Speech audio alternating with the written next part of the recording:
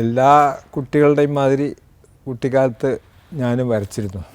പക്ഷെ അന്ന് വരയ്ക്കാനുള്ള സൗകര്യങ്ങൾ വളരെ കുറവായിരുന്നു. അപ്പോൾ മുറ്റത്ത് ഈ പറഞ്ഞ മാതിരിയുള്ള നനഞ്ഞ മണലിൽ ഈർക്കലുകൊണ്ട് ആദ്യം വരയ്ക്കും. അപ്പോൾ ഈർക്കലുകൊണ്ട് വരയ്ക്കുമ്പോൾ അതിനൊരു ലൈറ്റ് ആൻഡ് ഷെയ്ഡിൻ്റെ ഇത് വരും, ആ മണലിങ്ങനെ മാറി നിൽക്കുമ്പോൾ. പിന്നെ അത് കുറേ കഴിഞ്ഞപ്പോൾ മണലിൽ നിന്ന് മാറി ഇത് പെൻസിലായി, പെന്നായി, അങ്ങനെ കടലാസിലേക്ക് അത് മാറി. അത് കഴിഞ്ഞ് പിന്നെ ഈ വരയ്ക്കുന്ന വസ്തുക്കൾ, ഈശ്വരന്മാർ, അതൊക്കെ കുട്ടിക്കാലത്തെ ചില ശ്രീകൃഷ്ണൻ, അങ്ങനെയുള്ള കുറേ ചിത്രങ്ങൾ വരച്ചു. പക്ഷെ അന്ന് ഈ ചിത്രങ്ങൾ കണ്ട് വളരെയധികം ഇഷ്ടപ്പെട്ടിട്ടുള്ള ആളുകൾ സ്ത്രീകളായിരുന്നു.